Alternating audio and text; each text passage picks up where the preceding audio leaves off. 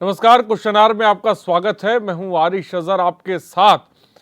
मुख्यमंत्री पुष्कर सिंह धामी ने उत्तराखंड के स्थापना दिवस पर चमोली जिले में स्थित प्रदेश की ग्रीष्मकालीन राजधानी गैरसैंण में 11,736 रुपए की 28 योजनाओं का लोकार्पण और लगभग 4,948 लाख रुपए की 22 योजनाओं का शिलान्यास किया। वादों और सौगातों की बौछार की।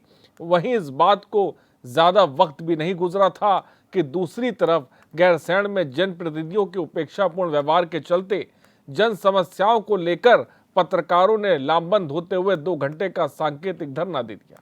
धरने में शामिल पीपीए प्रदेश अध्यक्ष सुभाष पिमोली का कहना है कि जिम्मेदार अनजान है, तहसीलदार नदारत है, नायब तहसीलदार के जिम्मे तहसील सौंपी गई है, वहीं ब्लॉक में बीडीओ लापता है, खंड शिक्षा कार्यालय में पता है और सामुदायिक स्वास्थ्य केंद्र राम भरोसे चल रहा है जहां चिकित्सा अधीक्षक ही नहीं है। वहीं मामले पर पूर्व राज्य मंत्री सुरेश कुमार बिष्ट का कहना है कि 1 माह के भीतर मांगों पर कार्रवाई नहीं हुई तो उग्र आंदोलन किया जाएगा। सवाल बड़ा है कि जब अधिकारी ही गैरसैंण से किनारा कर रहे हैं तो सपनों का गैरसैंण कैसे बनेगा, ये बड़ा सवाल है।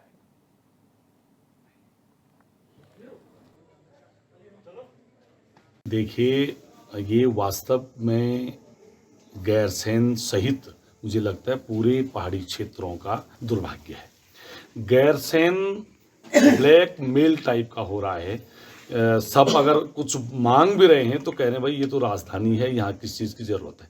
आज मैं तो धन्यवाद देना चाहूँगा प्रेस गैरसैंण को और पूरे आपके प्रेस के सम्मानित अध्यक्ष महोदय के साथ यहाँ पे सारे लोग आए हुए हैं कि इन मुद्दों को उठाने की आवश्यकता ही नहीं पड़ती। अगर कोई भी सरकार, चाहे वो पूर्व की सरकार हो या वर्तमान की सरकार हो, दोनों सरकारें गैरसैंण के साथ मात्र छलावा कर रही हैं। जिस गैरसैंण को राजधानी के नाम पे वो लोग जो आज सत्ता में हैं वो भी उस दिन गैरसैंण गैरसैंण चिल्ला रहे थे जब आंदोलन चल रहा था उत्तराखंड का, और जो चले गए हैं सत्ता छोड़ के, जिनको वो भी उस दिन राज्य आंदोलनकारी के रूप में गैरसैंण की बात कर रहे थे।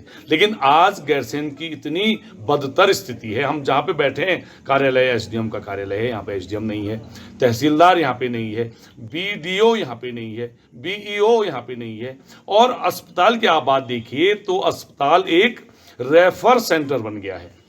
एक मशीन यहाँ पे हुआ करती थी दिखाने के लिए, जिसको अल्ट्रासाउंड मशीन बोला जाता है, वो मशीन भी यहाँ से लेके और बेस हॉस्पिटल शिमली शिफ्ट कर दी गई है। मुझे तो बिल्कुल भी ये नहीं लगता है कि हमारा ये राज्य आंदोलनकारी के सपनों की ओर बढ़ रहा है, बल्कि उल्टा मुझे ये लग रहा है कि गैरसैंण जो आंदोलन का केंद्र रहा है, जहाँ से आंदोलन उपजा है और इसके खातिर जो है इस राज्य के खातिर लोगों ने अपनी कुर्बानियाँ दी है, और ये बिल्कुल भी 0% भी हम उस ओर नहीं जा रहे हैं। आज मुझे खेद है आंदोलनकारी होने के नाते, मुझे आज देखने में खेद है कि जैसे देखिए कि हमें गैरसैंण वालों को ग्रीष्मकालीन राजधानी के नाम पर बरगलाया जा रहा है, जबकि यह है कि यहाँ पर एसडीएम साहब जो है पोस्टिंग है लेकिन यहाँ है नहीं।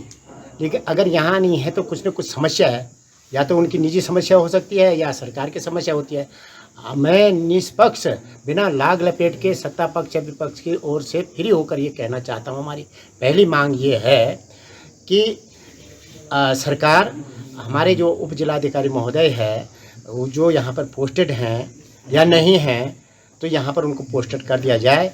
अगर कोई समस्या इस प्रकार की है कि वो यहाँ पर अपना समय नहीं दे पा रहे हैं तो तुरंत उनकी समस्याओं का समाधान करके हमें यहाँ पर उप जिलाधिकारी चाहिए। और अन्य विभाग भी ऐसे हैं कि जहाँ पर सक्षम अधिकारी यहाँ पे है नहीं। मैं सर्वप्रथम तो अपने पत्रकारों को धन्यवाद देना चाहूँगा कि उन्हें ये मुद्दे जो उठाए हमारे क्षेत्र में, हम उनकी हमेशा साथ हैं। गैरसैंण की जो दुर्दशा है वो बहुत दयनीय है।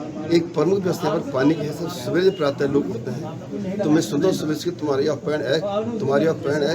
इस बात को सुनकर मुझे बहुत दुख होता है। कई बार हम अपने जल संस्थान जी साहब के कार्यालय में गए, वो वहाँ पर कभी मिलते नहीं। हमने कई कार्रवाई किया, कोई सुनाई नहीं। पेयजल की व्यवस्था है यथावत। दूसरी चीज़ ये प्रभारी वाली जो व्यवस्था है हमारे तहसील में, सबसे बड़ी समस्या है कि सब प्रभारी यहाँ पर है जो कि सही ढंग से जनहित के कार्य जो सही ढंग से संपादित नहीं हो पाते। सड़कों की बात जहाँ तक है, सड़कों के जो लिंक रोड हैं, सरकार का ध्यान केवल NH और हाई रोड तक ही सीमित है। वो गाँव को विकसित करना नहीं चाहते, इसलिए पलायन हो रहा है। हमारा पलायन का एक सबसे बड़ा मुद्दा है कि जो इस सड़कों का विकास बहुत ही दयनीय दशा हो रही है। सड़कों जो लिंक रोड है हमारी, चाहे घनियाल वाली, रामला जिंग वाली, चाहे हमारी मटपुर पे जाने वाली रोड है, सबके दयनीय दशा हो। कब सुधार होगा इसमें? मैं पत्रकार बंधुओं को पुनः धन्यवाद देना चाहूँगा कि जो ने हमारे क्षेत्र के मुद्दों को उठाया।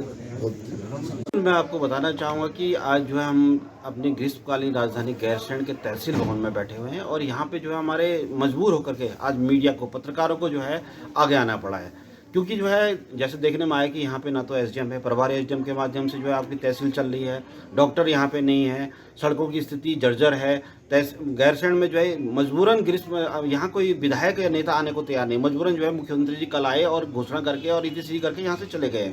तो मेरा कहने का मतलब यह है कि पत्रकारों को आज मजबूरन होकर के जो है धरना देना पड़ रहा है एक दिन का, और आगे हम जो है आज जो है ज्ञापन देंगे। ज्ञापन के माध्यम से आगे हम बताना चाहेंगे कि आने वाले समय में 1 महीने के अंदर में अगर हमारी मांगें पूरी नहीं होती तो हम पूरी जनता को, पूरी क्षेत्र की, चाहे वो पिंडर की जनता हो, चाहे वो थराली की हो, चाहे गैरसैंण की हो, चाहे खनसर घाटी की हो, चाहे हमको कुमाऊं से हमें समर्थन लेना पड़ जाएगा, तो हम सबको लेकर के जो है इस आंदोलन को उग्र करेंगे। अपनी लेखनी के माध्यम से तो हम कर ही रहे हैं और हम फिर क्षेत्र में आकर के मतलब जो है अपना जो है पूरा कार्य करेंगे। देखो पत्रकार मित्र, थोड़ा पीछे जाना पड़ेगा आपको। 4 मार्च 2020 की तरफ को आप लोग भी वहीं पे थे, जो बराड़ीसैंण विधानसभा परिसर है वहीं पे सभी लोग, आप लोग, हम लोग सब वहीं पे थे।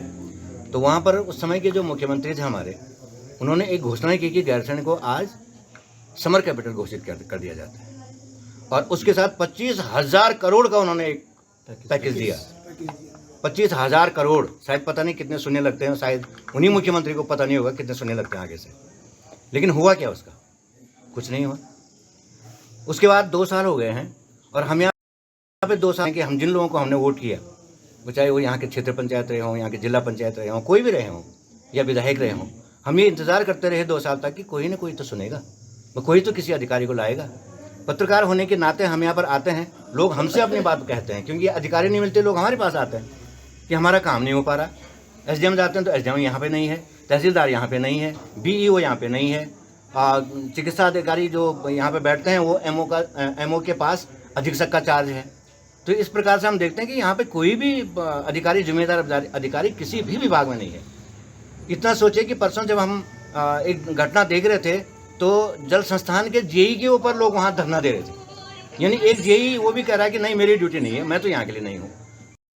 तो आखिर तो ये स्थिति गैरसैंण की है, जो गैरसैंण सुनसान है क्योंकि अधिकारी उससे अनजान बने हुए। और स्थिति तो ये है कि अधिकारियों का अता पता भी नहीं है और अब मौजूदा हालात ऐसे बन चुके हैं कि पत्रकारों को ही हल्ला बोल करना पड़ रहा है। आप देख सकते हैं प्रदर्शन कर रहे हैं और जिसे कह सकते हैं कि साफ तौर पे ये बात भी कही जा रही है कि इसको लेकर उग्र आंदोलन भी किया जाएगा, जिसमें राज्य आंदोलनकारी भी साथ होंगे, पत्रकार भी साथ होंगे, महिलाएं भी होंगी और आम आदमी भी होंगे। तो ये स्थिति की कैसे बनी है, इसी पर आज हम बात करेंगे। गेस्टों से आपका तारुफ करा दें। कुंवर जपेन जी भाजपा प्रवक्ता हमारे साथ जुड़ रहे हैं, बहुत बहुत स्वागत है आपका। संदीप चमोली जी कांग्रेस प्रवक्ता हमारे साथ जुड़ गए, बहुत बहुत स्वागत है। शांति प्रसाद भट्ट जी UKD प्रवक्ता हमारे साथ जुड़े, बहुत बहुत स्वागत है आपका। सुरेश कुमार बिश जी वरिष्ठ आंदोलनकारी हैं हमारे साथ फोन लाइन पर, बहुत बहुत स्वागत है आपका भी। और DK पॉल जी आप प्रवक्ता हमारे साथ जुड़ गए, बहुत बहुत स्वागत है आप सबों का। सबसे पहले वो सीधे कुंवर जपेन जी के पास चलते हैं। कुंवर जपेन जी, मुख्यमंत्री ने चमोली से बहुत बड़ी बड़ी सौगातें माफ़ कीजिएगा गैरसैंण को दी, बड़ी बड़ी बातें उन्हीं ने, बड़ी सौगातें दी। लेकिन दूसरी तरफ हम एक तस्वीर देख रहे हैं जहां पर SDM नहीं है, जहां पर BDO नहीं है, स्वास्थ्य अधीक्षक नहीं है। भाई इतना बड़ा अमाउंट अगर देंगे तो वहाँ इस्तेमाल कैसे किया जाएगा जब अधिकारी नहीं है? सर क्या कहेंगे आप? देखिए, पूर्व में गैरसैंण के अंदर जो भी इशू निकल के आए उससे आप हम सब भली बात हो सकता है कि वहां कुछ त्रुटियां रह गई हों, हम उससे भी इनकार नहीं। लेकिन वर्तमान में माननीय मुख्यमंत्री जी का स्टैंड क्लियर है कि जो गैरसैंण है, गैरसैंण में जो भी घोषणाएं की जाए उन घोषणाओं को मात्र घोषणाएं ना रहने दिया जाए, उन घोषणाओं के ऊपर काम हो और अधिकारियों को स्पष्ट रूप से निर्देशित करने का काम किया जा रहा है कि जो अधिकारी गैरसैंण में नियुक्त किए जाते हैं या अन्य सर प्रवर्तनीय अधिकारी वहां जिलों पे में है ही भी नहीं, सवाल एसडीएम साहब वहां पे है ही नहीं, लोग ढूंढ रहे हैं कि देखिए, आखिर गए कहाँ कभी हैं। देखिए कभी ऐसा नहीं है कि एसडीएम वहां है नहीं। हाँ, ये हो मैंने सकता है एक कि बाइट दी, कभी कम से कम उनकी 5 बाइटें अनुपस्थिति, सुनवाई हैं। हमने आपकी सभी बाइटें सुनी, हमने पहले ही कह दिया, हमने ये बाइट का तो सवाल ही नहीं है, हमने पहले कह दिया कि हो सकता है कि अधिकारियों के स्तर से कुछ त्रुटियां रही हो, लेकिन वर्तमान समय में जो सरकार चाहती है, जनता से शिकायतें ना आए, अधिकारी अपनी नियुक्तियों के बाद अपने कार्यस्थल पर रहें और विशेष रूप से पर्वतीय जनपदों में इस तरह की समस्याएं ना आए। अगर कोई अधिकारी लापरवाही करता है या वो आदेशों की अनदेखी करता है तो निश्चित तौर पर उसके खिलाफ कार्रवाई भी अमल में लाई जाएगी। ऐसा निरंतर प्रयास चल रहा है और उसमें कोई भी कोताही ना बरती जाए, उनके खिलाफ अनुशासनात्मक कार्रवाई भी अमल में लाई जाए ताकि उन्हें भी अपने दायित्वों का एहसास हो। सरकार पर्वतीय जनपदों के विकास को लेकर गैरसैंण और गैरसैंण के आसपास ठीक है। सभी विकास की योजनाओं को पूरा करने की दिशा में कृत संकल्प है। ठीक है संदीप चमोली जी, ये जो बात कही जाती है, लोग कह रहे हैं कि भाई कांग्रेस और बीजेपी ने गैरसैंण को फुटबॉल बना के रख दिया है और यही बहुत बड़ी वजह है जिसकी वजह से इस तरह के हालात गैरसैंण के बने हुए हैं, क्या कहेंगे?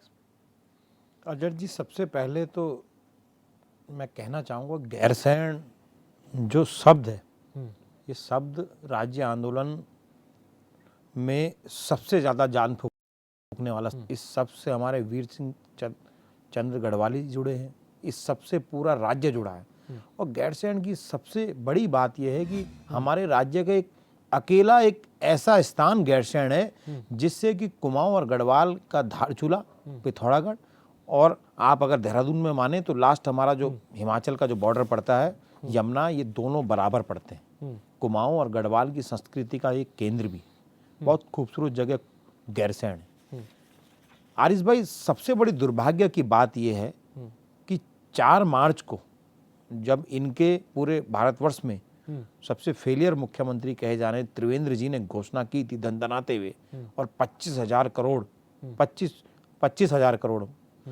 की घोषणा की थी, और ग्रीष्मकालीन राजधानी मात्र चुनावी वाहवाही लूटने के लिए जब गैरसैंण को किया तो एक आम आदमी को ये लगा कि राज्य में इतने लोगों ने साथा है कि अब कोई अच्छा कदम उठाए। इस कदम को हमने भी स्वीकारा, हम विपक्षी दल थे, हमने भी इसको स्वीकार किया, लेकिन क्या था आप बताइए, आज कौन लोग वहां धरने पे हैं? आरिस भाई, अगर कांग्रेस बैठेगी या कोई अन्य और विपक्षी दल बैठेगा तो ये कहेंगे राजनीतिक मुद्दा है।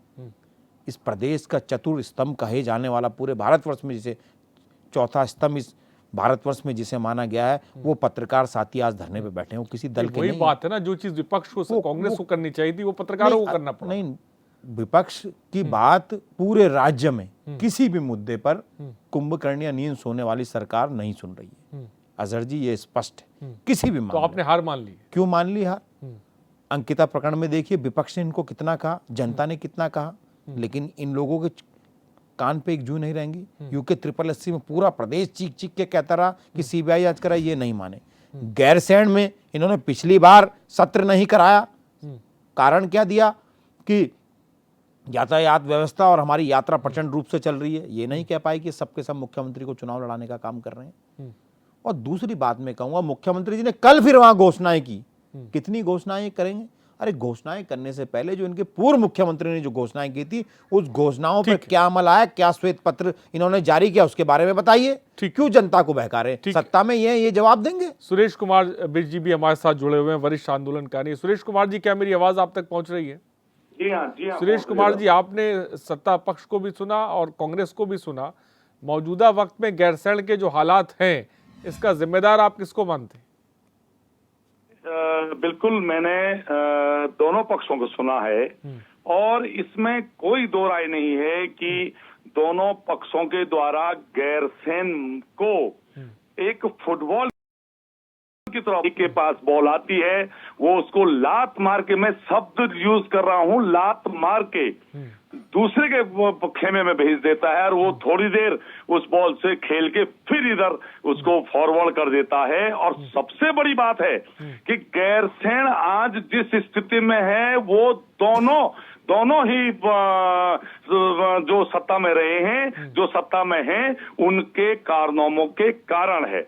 आज आप एक चीज बताइए कि जब गैरसैंण को इतना ज्यादा महत्व दिया गया बातूनी रूप से, ये जिसको हम कह सकते हैं कि ऐसे कागजी घोड़े दौड़ा के जो गैरसैंण को कहा गया, क्या ये स्थिति गलत नहीं है कि भाई आज गैरसैंण की स्थिति ये हो गई है? आपने एक बहुत सही बात बोली है कि एक ये बात हो गई है कि जो पत्रकार लोग हैं, जो चौथा स्तंभ है, वो बात को उठा रहा है। तो क्या मैं ये कहना चाहूंगा कि क्या विपक्ष का काम नहीं था गैरसैंण के इस मुद्दे को उठाने के लिए कि आज गैरसैंण में एसडीएम नहीं है, आज गैरसैंण में तहसीलदार मजिस्ट्रेट नहीं है, नायब तहसीलदार एक दिन जब चौथे स्तंभ से घबराई हुई सरकार ने भेजा है, यहाँ पे सीईओ नहीं है, यहाँ पे बीडीओ नहीं है, क्या कभी उठाई ये बात? सुरेश जी, मुख्यमंत्री धामी ने सौगातें दी हैं, उन सौगातों को किस तरह से देखते हैं?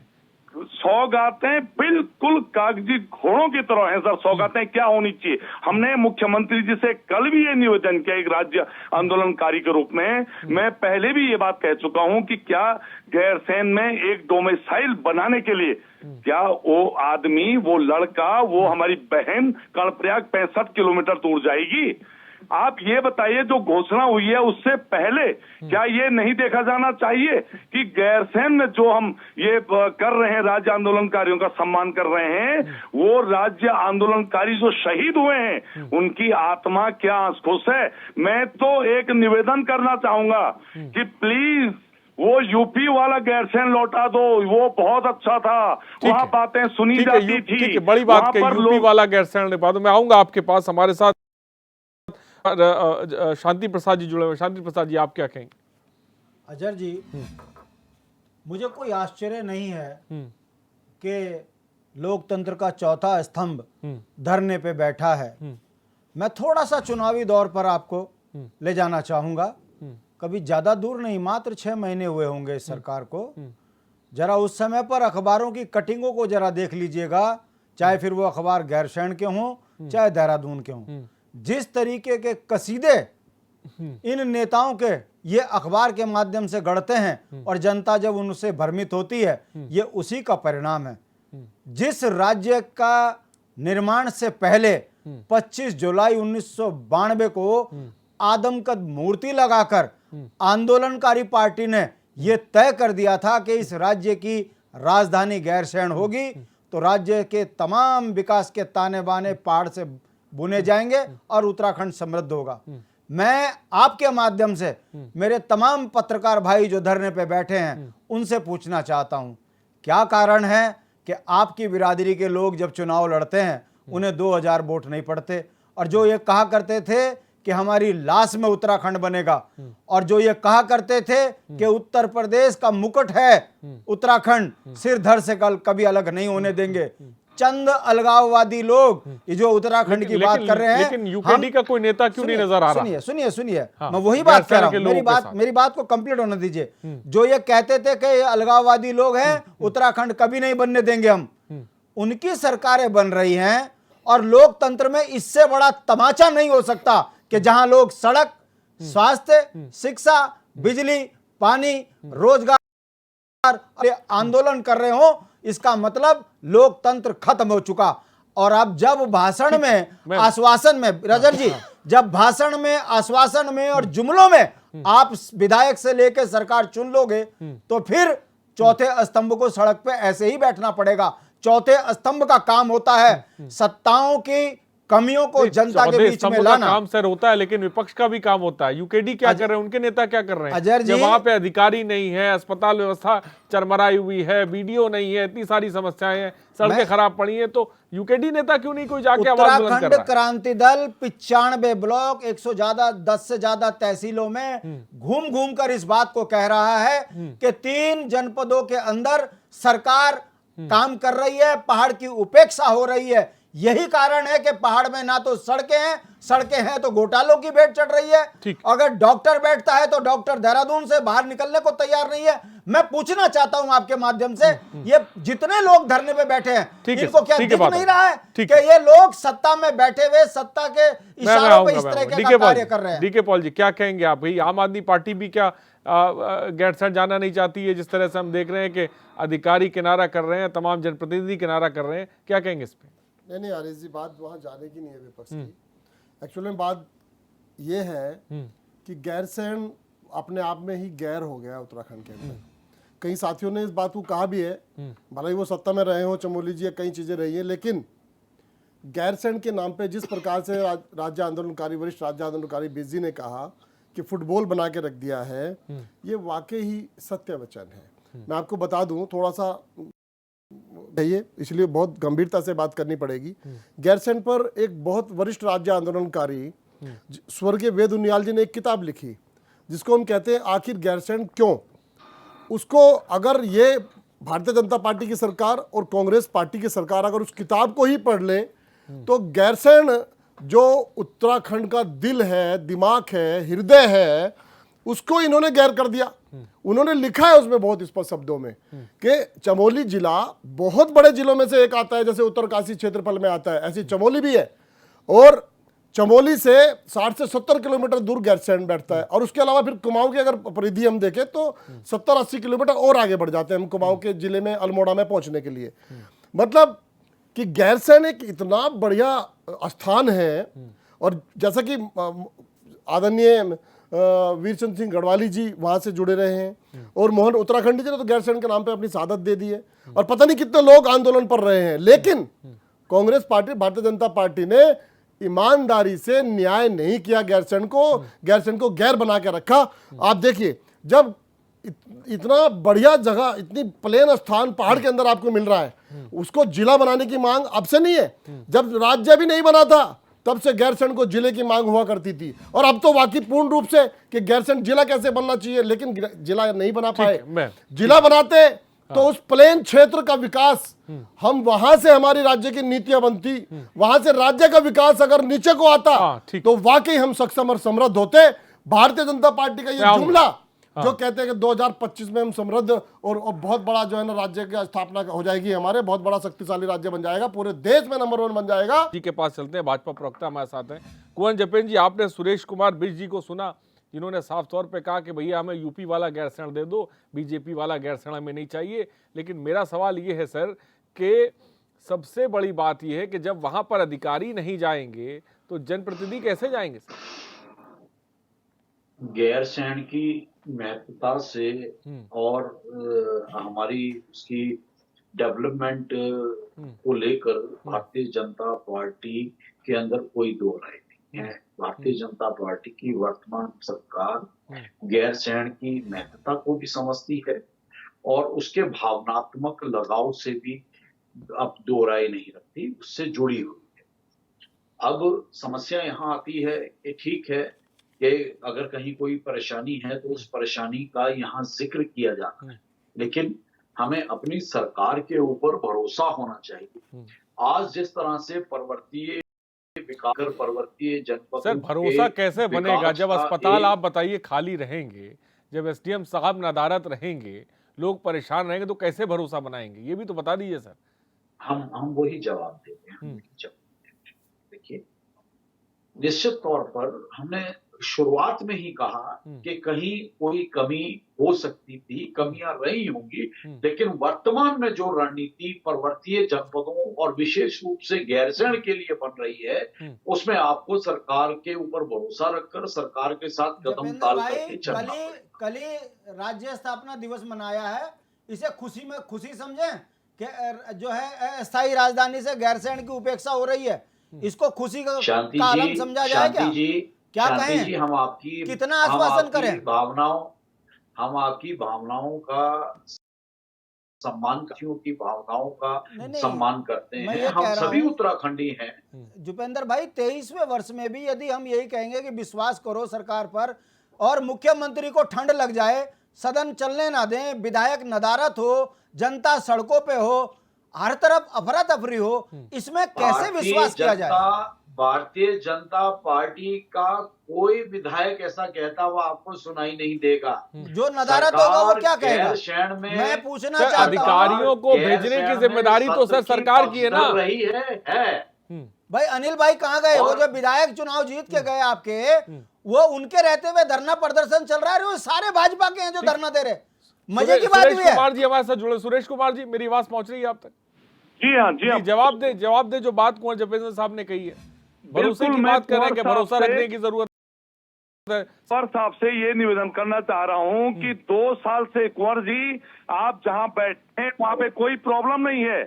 गैरसैंण में एक प्रसव वो होने वाली महिला को 2 मिनट हॉस्पिटल में रख के अन्यत्र भेज दिया जाता है रेफर करके, और रास्ते में उसकी डिलीवरी हो जाती है या सकुशल हो जाती है या कोई दुर्घटना घट जाती है।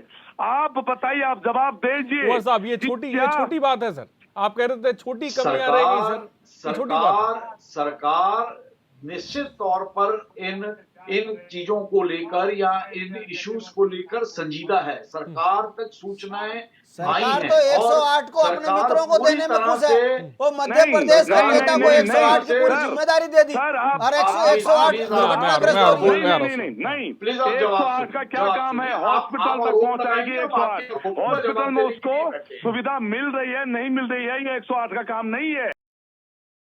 उसके बाद बाहर हो जाती है, उसके बाद उसको अपनी व्यवस्था करके बाहर जाना पड़ता है। मेरा कहना ये है, जहां पे आप हैं वहां को सोच के मत जाइए। ये पहाड़ी क्षेत्र है, ये जो उत्तराखंड बना है ये पहाड़ी क्षेत्रों के कारण बना है। यूपी में उपेक्षा हो रही थी, लेकिन ये हमको मानना पड़ेगा कि अधिकारी सुनता तो था, यहाँ कोई सुनने को तैयार नहीं है। और रेफरल सेंटर बन गया है गैरसैंण का हॉस्पिटल। मैं मानता हूँ कि आपने बड़ी बड़ी बिल्डिंगें बनवाई हैं हॉस्पिटल की, पर उन बिल्डिंगों में रहने के लिए डॉक्टर हैं? वहां पर एक जवाब दे कुंवर जपेंद्र साहब। आप ताजुब करोगे, गैरसैंण में एक अल्ट्रासाउंड मशीन नहीं है सर, एक एक्सरे नहीं है। आप क्या बोलना चाहते हैं? इसलिए उत्तराखंड बनाया गया था। एक चीज तो है बॉस, मैं एक चीज बोलना चाहूंगा कि अगर आप ऐसे नहीं चेते तो भगवान आपको चेताएगा, उनकी आत्माएं आपको चेताएंगी जो शहीद हो गए हैं उत्तराखंड आंदोलन में। जी जवाब ले लेते हैं। ठीक है, जवाब दीजिए कुंवर जपेंद्र साहब। हम आपकी भावनाओं का पूरी तरह से सम्मान करते हैं। हमारा भी जन्म मसूरी का है, हम भी एक पर्वतीय शहर में पैदा हुए हैं, हमें भी पर्वतीय जनपद और गांवों की समस्याओं का भली भांति ज्ञान है। तो ऐसा नहीं है कि हम लोग संजीदगी से नहीं सोचते। ये समस्या छोटी मोटी नहीं है। एक गर्भवती महिला को अगर इतनी दूर जाना पड़े, एसडीएम साहब नदारत नजर आए, अस्पतालों में व्यवस्था चरमाए, तो ये छोटी मोटी समस्या आप जब कह रहे थे, हमने माना ना, आपने कहा कि छोटी मोटी कमियां सर, ये छोटी मोटी कमियों में नहीं कहा जा सकता। हम इसे छोटी घटना नहीं कहते। जो प्रसव को लेकर इस तरह की घटनाएं होती हैं तो निश्चित तौर पर सरकार संजीदा है। सरकार को पता है कि इस तरह की घटनाएं भविष्य में ना हो। जो लापरवाह अधिकारी हैं निश्चित तौर पर रह जाता है। और जो स्वास्थ्य और शिक्षा को लेकर पर्वतीय जनपदों का वर्तमान में रोड मैप तैयार हो रहा है, तो मात्र और मात्र आपको सरकार के ऊपर, माननीय मुख्यमंत्री के ऊपर थोड़े से भरोसे की आवश्यकता है। जो पिछली पीड़ा है या पिछला जो वक्त बीत गया, तो निश्चित तौर पर वो दोबारा पर्वतीय जनपदों में ना आए, इसको लेकर सरकार का रोड मैप तैयार है और सरकार अपने रोड मैप तैयार है, आगे कदम बढ़ा रही है। ठीक है, क्या कहेंगे डीके? देखिए, रोड मैप की आप बात कर रहे हैं, हम 22 साल गुजर गए, 23वां चल पड़ा है। कुंवर जपेंद्र जी, आप एक तो सीनियर नेता इस राज्य के, आप अभी भी जो है ना केवल जुमलों जैसी बातें कर रहे हैं। आप ये नहीं समझ रहे हैं कि 22 साल हमें हो गए हैं, गैरसैंण के नाम पर जितनी फुटबॉलबाजी खेली जा रही है, जितनी परेशानी वहां खड़ी हुई है, उस पर सरकार की नींद कब जागेगी? कब वो कुंभकर्ण की नींद से बाहर आएगी? ये छोटी घटना नहीं है कि आज वहां पर राज्य के पत्रकार लोग छापने के चाहे उन्होंने जितनी बातें किसी के साथ खड़े रहे हो, लेकिन आज वो भी धरने पर बैठे हैं क्योंकि आप विपक्ष की बात को समझना नहीं चाहते, खुद के आचरण को गैरसैंण के नाम पर सही करना नहीं चाहते। ये अच्छा होता यदि आप वहां उसको जिला गठित करवा देते, आपकी सरकार जिले की तरफ एक कदम आगे बढ़ा लेती, तो वहां पर बड़ा इंफ्रास्ट्रक्चर तैयार हो जाता। कहीं ना कहीं हॉस्पिटल, शिक्षा, तमाम चीजें जो जरूरत है वहां की गैरसैंण की, और गैरसैंण फिर कह रहा हूं मैं, उत्तराखंड का दिल है, जो किसी के दिल को दुखाएगा उसको परेशानी तो होगी, उसको झेलना तो ठीक है, पड़ेगा। आप हमारी बात नोट कर लीजिए। ठीक है, ठीक है। आज आप इस चर्चा में हमारी बात को नोट कर लीजिए। सरकार और माननीय मुख्यमंत्री निश्चित तौर पर समझते हैं कि गैरसैंण को पृथक जिले के रूप में स्थापित कर उत्तराखंड के विकास को और आप नहीं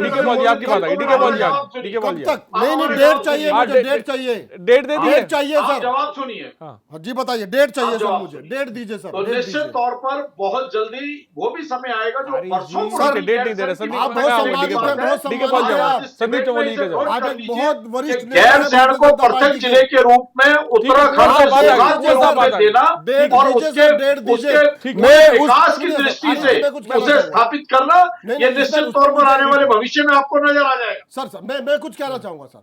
देखिए सर, मैं उस पार्टी का कार्यकर्ता हूं जो लिख करके कहते हैं कि मैं फलानी डेट तक ये काम पूरा कर दूंगा। उस पार्टी का नाम है आम आदमी पार्टी, और वो आम आदमी पार्टी का नेता केजरीवाल, बड़े नेता है भारतीय जनता पार्टी के। हमारा विश्वास है आपके ऊपर। प्लीज आप बताइए गैरसैण कब उसका विकास होगा, कब जिला घोषित होगा? मैं समझना चाहता हूं, जानना चाहता हूं, मेरी भावना जुड़ी हुई है। अपनी सरकार के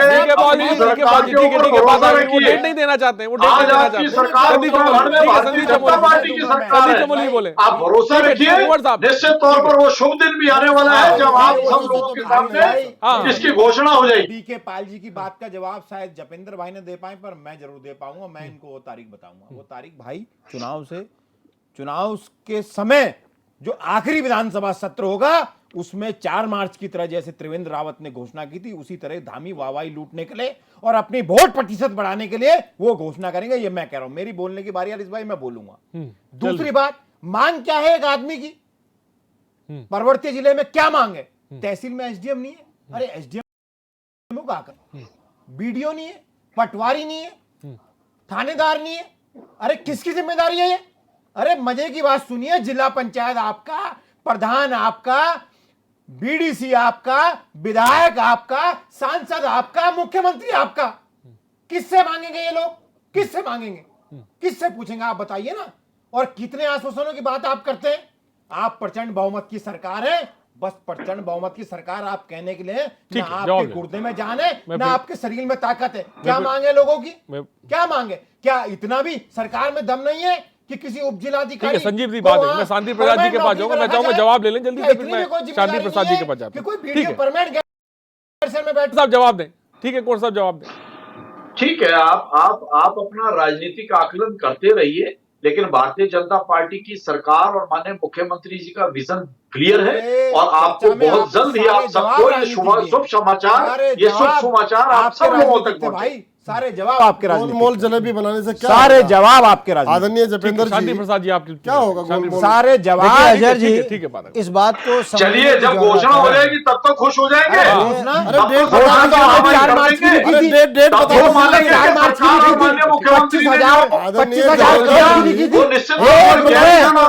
रुपए नहीं खर्च पाए आप। 1 रुपए 4 मार्च को घोषणा हुई तो करोड़ की घुमाइए। 1 रुपए अपने मुद्दे पर रहिए। आप श्वेत पत्र बताइए। आपत्ति कर रहे हैं, 1 रुपए अगर वो काम हो 1 रुपए अगर जपेंद्र रावत जी खर्च कर पाए हो, 1 रुपए 25,000 करोड़ की घोषणा की थी। सर तारीख 1 रुपए जपेंद्र भाई, 1 रुपए तारीख दे दीजिए ना। 11/2022 लिखा रहेगा, उसके आगे वाली तारीख दे दीजिए ना। ठीक है, शांति प्रसाद जी कुछ कहना चाहते हैं। अजय जी, इस बात को समझने की जरूरत है कि जब सत्ताओं में बैठे सत्ताधीश ये कहने लगे कि गैरसैण में ठंड लगती है, हम वहाँ सत्र चलाने में कामयाब नहीं हैं। जहाँ के विधायक देहरादून में अपने आशियाने को ढूंढने लगे चुनाव जीतते ही, वो तमाम लोग जो वहाँ के जनप्रतिनिधि हैं वो सारे भारतीय जनता पार्टी के हैं। मजबूर होकर हताश, कोई नई मांग नहीं कर रहे, केवल अपने लोकतांत्रिक अधिकारों को बहाल करने की बात कर रहे हैं। चीख चीख कर पत्रकार कह रहे हैं कि हमने तुम्हें जिताया है और हम तुमसे सिर्फ यही मांग कर रहे हैं कि हॉस्पिटल में डॉक्टर बैठा दो, शिक्षा विभाग में बीडीओ बैठा दो, एडीओ बैठा दो।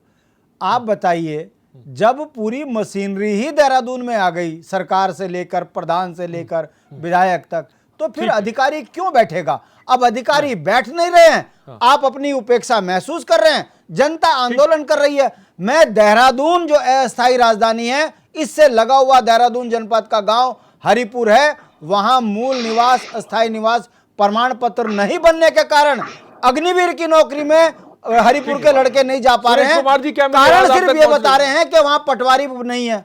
सुरेश कुमार जी, क्या मेरी ये आवाज आप तक स्थिति इस पहुंच गई? राज्य की है। सुरेश कुमार जी, क्या फोन लाइन पर आप हैं? सुरेश कुमार जी, सुरेश कुमार जी, क्या मुझे सुन पा रहे हैं आप? जी मैं सुन पा रहा हूँ, आपको सुन पा रहा हूँ सर। आपने सत्ता पक्ष को सुना, कहा साफ तौर पे कि भैया हमें भरोसा नहीं है सत्ता पक्ष पे। विपक्ष को भी आप सुन रहे हैं, क्या विपक्ष के आपको भरोसा है कि गैरसैंण मुद्दा विपक्ष उठा पाएगा?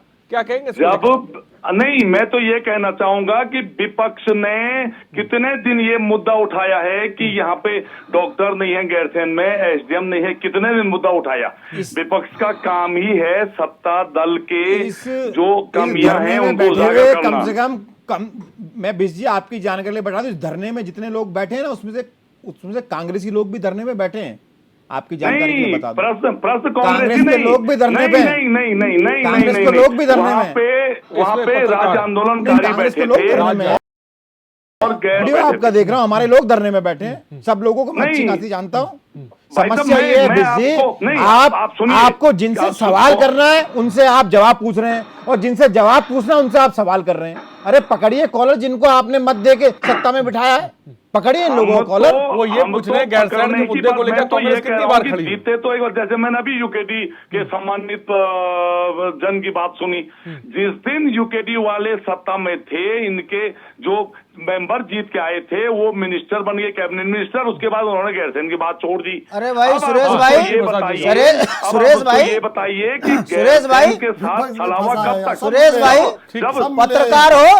पत्रकार हो, थोड़ा सही चीजों को जनता के बीच में बोलना सीखिए। यूकेडी थी तभी जाके गैरसैंण का मुद्दा उठा। 1992 से हमारा संकल्प है। मैं आपसे पूछना चाह रहा हूं, आप गैरसैंण के हैं, आप ये बताइए कि गैरसैंण में राज्य आंदोलनकारी विधायक क्यों नहीं बन रहा है? क्या कारण है? भारतीय जनता पार्टी की सरकार चुनी जा रही है। आप ये बताइए, आप कलम के धनी हैं, बताइए तुकारिता छोड़िए। अगर आप राज्य आंदोलनकारी हैं तो आपके तेवर में राज्य आंदोलन का दर्द दिखना चाहिए। ये चाटुकारिता छोड़िए। हम हैं तो उत्तराखंड बचा हुआ है। आपको नहीं, आपके अस्तित्व की लड़ाई को हमने जमीन से लेकर नहीं होगा। मैं कह रहा हूँ आपके यहाँ से क्यों नहीं जीता? आपके यहाँ से क्यों नहीं जीता? आप बताइए। आप भारतीय जनता पार्टी जैसे जुमलेबाजों को आपके यहाँ विधायक कैसे बन गए, ये बताइए आप। मैं यूकेडी की बात नहीं कर रहा हूँ। आप सवाल का जवाब दीजिए। बिल्कुल गलत। सुन लेते हैं, जवाब दीजिए। कुछ और अगर आप वाकई पत्रकार हो तो पिछले एक साल की अपनी रिपोर्टिंग दिखाइए हमको। नहीं शांति प्रसाद, सत्ता के सामने बैठकर राजनीतिक बातें करना अलग है। अगर आप आंदोलनकारी हो तो आपके अंदर आंदोलन का वो तेवर क्यों नहीं दिखता? ठीक है सुरेश कुमार, आप ये बताइए कि आज तक क्या यूकेडी, क्या कांग्रेस, क्या विपक्ष में रहते हुए कब आपने ये बात बताई कि 25 जुलाई 1992 किसने राजधानी गैरसैंण का घोषणा की? बात करते हैं यहाँ पर झूठ है। लोग जब मलाई मिलती है आप लोग सुरेश भाई ये बताइए, 25 जुलाई 1992 को ठीक है सुरेश भाई, गढ़वाली की मूर्ति लगाकर हमने राजधानी गैरसैंण की बात करी है, जो तो वो किसने करी है? आंदोलनकारी के जुमा में। ठीक है शांति प्रसाद जी, आप वरिष्ठ सुरेश कुमार जी आगे। तो मैं आपसे सुरेश भाई मैं पूछना चाहता हूँ, 25 जुलाई 1992 को वीर चंद्र सिंह गढ़वाली की आदमकद मूर्ति किस पार्टी ने लगाई? कौन कहता है कि उत्तराखंड की राजधानी गैरसैंण होनी चाहिए? हम शामिल थे।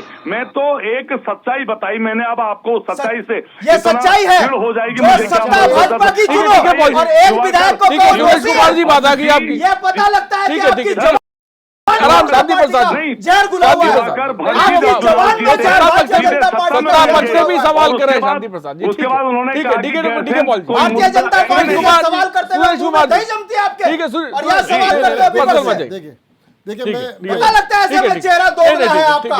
देखिए मैं ऐसे बात नहीं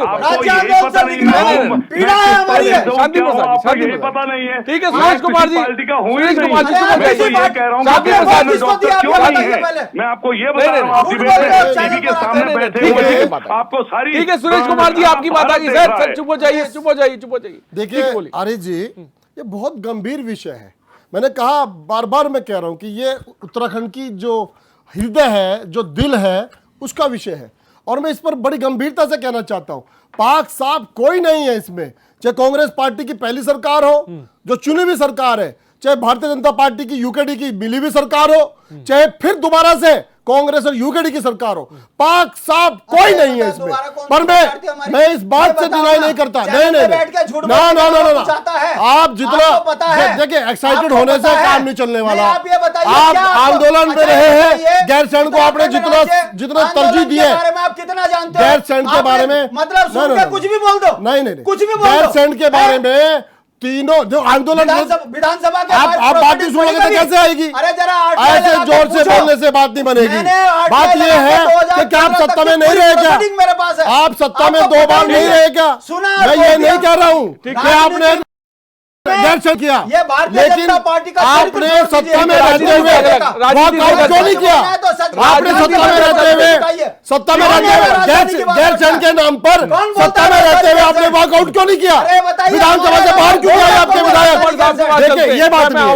आप गैरसैण के नाम पर आपकी ईमानदारी, आपके विधायकों की ईमानदारी मजबूत नहीं रखी गई, आपका पक्ष मजबूत नहीं रखा गया। समझना आपको मानना पड़ेगा। और इतनी जिम्मेदार कांग्रेस है, भारतीय जनता पार्टी है। कुंवर साहब आप जुड़े, मैं ये जानना चाहता हूँ क्योंकि राज्य आंदोलनकारी भी जुड़े हुए हैं, तमाम लोग जुड़े हुए हैं, समस्याओं की बात हो रही है, जमीनी समस्याओं की बात हो रही है, इनसे दूर और निजात कब तक गैरसैण के लोगों को मिलेगी? मैं चाहूंगा कि इसके बारे में बताएं। भारतीय जनता पार्टी ने जिस दिन से आंदोलन की शुरुआत हुई, कांग्रेस आंदोलन की विरोधी थी। उस समय सपा की उत्तर प्रदेश में सरकार थी, तो निश्चित तौर पर सपा तो विरोधी थी। भारतीय जनता पार्टी ऐसा एक राजनीतिक दल था जो छोटे राज्यों का पक्षधर था, जिसने आंदोलन का समर्थन करा, आंदोलनकारियों का सम्मान करा। बता दीजिए आज गैरसैण को लेकर जो इतनी जद्दोजहद चल रही है, तो इसका जो निराकरण है वो भी भारतीय जनता पार्टी की ही सरकार करेगी, वर्तमान सरकार करेगी, वर्तमान मुख्यमंत्री करेगी। ठीक है, आपकी बात आ गई। ठीक है, शांति प्रसाद जी, फाइनल कमेंट। मैं सिर्फ इतना ही कहूँगा कि पर्वतीय क्षेत्र के प्रत्येक ब्लॉक और तहसील के अंदर लोकतांत्रिक अधिकारों के लिए आंदोलन हो रहे हैं, और वो आंदोलन कोई डिग्री कॉलेज नहीं मांग रहा, सिर्फ ये कह रहे हैं कि हमारे मौलिक अधिकार बहाल करा दीजिए। भारतीय लोकतंत्र में यह हमारा अधिकार है, और मांग है सड़क, स्वास्थ्य, शिक्षा, बिजली, पानी, रोजगार, स्वरोजगार। इसी के लिए आज भी अगर जनता तड़प रही है और वही जनता बसनों में वोट देती है, तो बहुत बड़ा सवाल खड़ा होता है कि न्याय देगा कौन? जो आपके अपने हैं उनको आप उपेक्षित कर रहे हो, और जो आपके सपनों के हत्यारे हैं उनको आप सत्ता दे रहे हो, तो फिर न्याय की उम्मीद करना बहुत बड़ी बेईमानी है। संदीप चमोली जी, फाइनल कमेंट आपका, कम शब्दों में।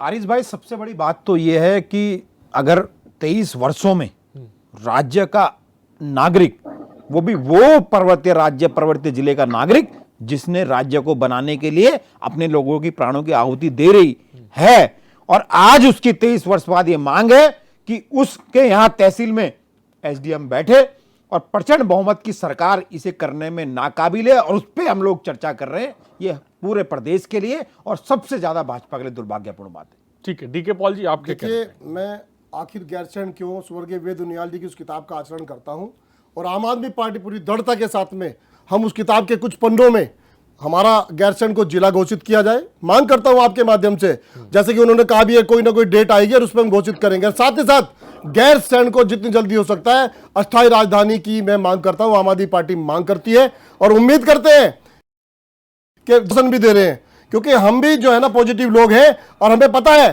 क्योंकि गैरसैण जितना जरूरी है, भारतीय जनता पार्टी अगर उस काम को करेगी तो निश्चित रूप से राज्य के लोग उसके लिए काम करेंगे और बात करेंगे उसकी। ठीक है, सुरेश कुमार बिष्ट जी, मेरी आवाज अगर आप तक पहुंच रही है तो मैं चाहूंगा कि सरकार के नुमाइंदे भी आपके साथ हैं, गैरसैण को लेकर क्या मांगे हैं, मैं चाहूंगा कि फाइनल कमेंट आपका। सुरेश कुमार जी, क्या मेरी आवाज आप तक पहुंच रही है सर? जी सुन रहे हैं सर, पहुंच रही है। फाइनल कमेंट मैं आपका भी चाहूंगा सर। हाँ जी, मैं तो ये कहूंगा कि प्लीज सारे लोग गैरसैण खेलना बंद करें। और कुंवर साहब, आपको मैं जानता हूं, आप भली ढंग से जानता हूं, प्लीज कल सुबह सुबह सरकार के नुमाइंदों से मिलिए, आप स्वयं उसके साथी हैं, आप उसके एक पहलू हैं, उनको बोलिए कि गैरसैंण में स्वास्थ्य में, शिक्षा में और तहसील में जो मूलभूत सुविधाएं हैं उनको तो कीजिए। ये एक नहीं तो हमको फिर पड़ेगा सारे लोग गैरसैंण ठीक है, कुंवर साहब आश्वस्त कर रहे हैं, कुछ नहीं। कुंवर साहब आश्वस्त कर रहे हैं। बिल्कुल, हम बिना किसी उसके कोई बात नहीं कहते हैं। सरकार की और माननीय मुख्यमंत्री जी की रणनीति और गैरसैंण की महत्ता को समझते हुए, गैरसैंण के भावनात्मक लगाव को समझते हुए तभी ये सारी रणनीति बन रही है और सरकार बहुत जल्दी मिल रहे हैं उस पर मुख्यमंत्री जी ठोस से, निर्णय लेने जा रही है। बिजली की बात पर आप मिल रहे हैं कल चर्चा की तो जो आज की चर्चा में बिंदु निकल कर आए हैं तो निश्चित तौर पर हमारा मैं चाहूंगा कि पूरा जो है आप इस बात को मुख्यमंत्री जी के सामने रखें और समस्या का समाधान कम से कम हो जिस समस्या से गैरसैंण के लोग जूझ रहे हैं। फिलहाल बहुत बहुत शुक्रिया कुंवर जी हमसे जुड़ने के लिए। संदीप जी आपका शुक्रिया, शांति प्रसाद जी आपका, सुरेश कुमार जी आपका बहुत बहुत शुक्रिया, डीके पॉल जी आपका बहुत बहुत शुक्रिया।